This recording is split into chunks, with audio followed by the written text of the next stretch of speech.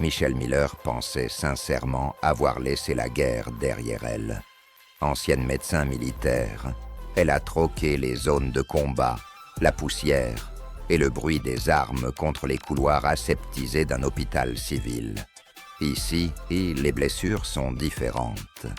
Moins spectaculaires, moins explosives, mais la tension, elle, reste constante. Chaque garde est un marathon silencieux. Entre la fatigue accumulée et son rôle de mère, elle tente de préserver un équilibre fragile. Elle veut croire que cette nouvelle vie est stable, que le passé appartient au passé, que certaines versions d'elle-même ne reviendront jamais. Ce soir-là, pourtant, quelque chose change dans l'air. Un patient arrive sous haute surveillance, blessé, agité, entouré d'hommes nerveux qui observent chaque mouvement. Officiellement, ce n'est qu'un homme parmi d'autres. Officieusement, il détiendrait des informations capables de faire tomber des figures puissantes. Michelle ne connaît pas tous les détails, mais son instinct affûté lui souffle qu'il ne s'agit pas d'un cas ordinaire. L'atmosphère est trop lourde, trop tendue. Puis le calme explose sans prévenir. Des hommes armés pénètrent dans l'hôpital avec une précision chirurgicale. Pas de cris inutiles, pas de panique désorganisée. Ils avancent vite, bloquent les accès, neutralisent les communications. En quelques minutes, le bâtiment cesse d'être un sanctuaire pour devenir une cage verrouillée de l'intérieur.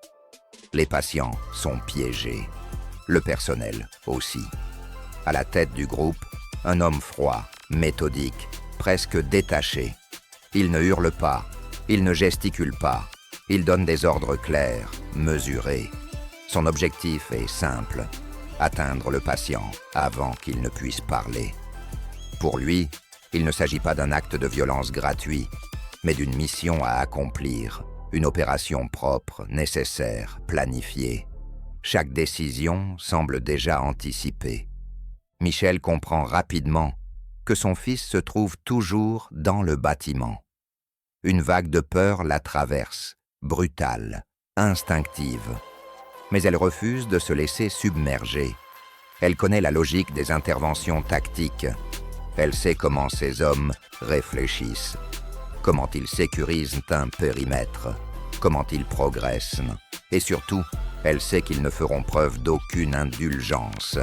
Les réflexes qu'elle croyait enfouis remontent avec une précision troublante. Analyse des sorties, identification des angles morts, évaluation des risques. Elle n'est plus seulement une médecin en blouse blanche.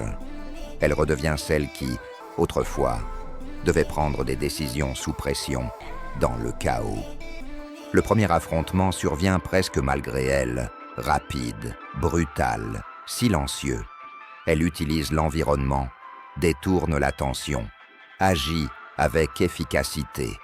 Aucun mouvement superflu, aucun geste dicté par la panique. Elle comprend alors qu'attendre passivement les secours serait une erreur. Pour protéger son fils et les autres, elle devra agir. Pendant ce temps, le leader poursuit sa progression méthodique. Chaque étage franchi le rapproche de sa cible. Le temps devient une donnée critique.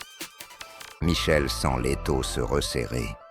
Chaque minute perdue réduit les chances de sauver le patient et de préserver les vies autour d'elle.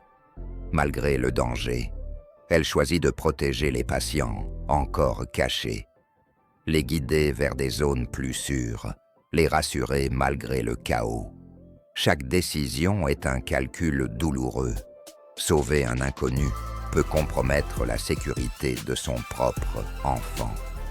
Pourtant, elle ne peut se résoudre à détourner le regard. Elle reste fidèle à ce qu'elle est. Le leader comprend qu'une résistance discrète perturbe son plan. Il change de stratégie. Plutôt que la confrontation immédiate, il tente la pression psychologique. Promesses voilées, menaces calculées. Il cherche à exploiter ses peurs, à fissurer sa détermination. Mais Michelle connaît ces mécanismes. Elle sait que céder une fois ouvrirait la porte à l'irréversible. Les couloirs résonnent désormais d'échos métalliques et de pas précipités. Les lumières vacillent. Chaque salle devient un espace potentiel d'affrontement. L'hôpital, conçu pour sauver des vies, se transforme en terrain hostile où la moindre erreur peut coûter cher. Peu à peu, Michel comprend l'ampleur réelle de la situation. Le patient ne représente pas seulement un témoin gênant. Il est la clé d'un scandale capable d'ébranler un réseau puissant. Cette attaque n'est pas improvisée. Elle vise à effacer des preuves, à réécrire la vérité par la force. L'affrontement final devient inévitable. Deux visions du devoir se font face. Lui agit pour protéger un système qu'il considère indispensable, quitte à sacrifier des innocents. Elle agit pour préserver des vies, sans calcul politique, sans agenda caché. La confrontation est directe, physique, déterminée. Plus rien ne peut être négocié. Puis, enfin, le silence. Les sirènes, au loin, annoncent la fin de l'assaut. La menace s'éteint progressivement, laissant derrière elle des traces invisibles mais profondes. Michel serre son fils contre elle, consciente d'avoir ouvert une part d'elle-même qu'elle espérait ne plus jamais revoir. Elle ne cherchait pas à redevenir soldat. Elle voulait simplement être mère, médecin, citoyenne ordinaire. Mais parfois, les circonstances imposent des choix que l'on croyait derrière soi. Dans un monde où la vérité dérange et où le pouvoir écrase, il suffit d'une personne pour refuser de plier. Et ce soir-là, cette personne